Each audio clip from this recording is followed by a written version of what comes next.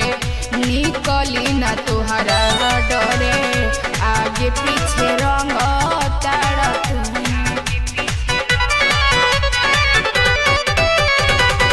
अहिनी अपना दीदी घरे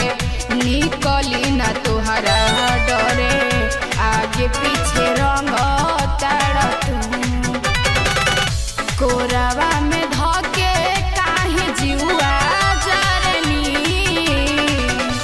ए जीजा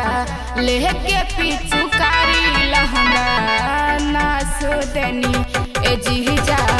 लेके पिचुकारी लहंगा नास देनी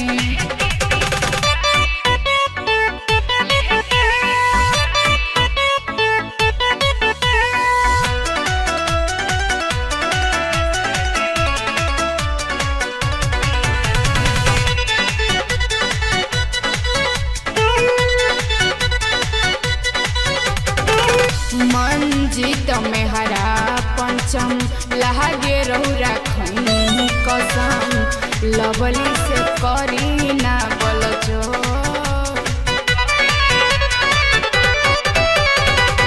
मंजित में हरा पंचम लहागे रहुरा खनी कसम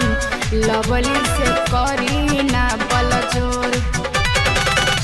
हगुआ के मजा साजा मेलनी ए जीजा लेके पिचुकारी लहंगा नास देनी ए जीजा लेके पिचु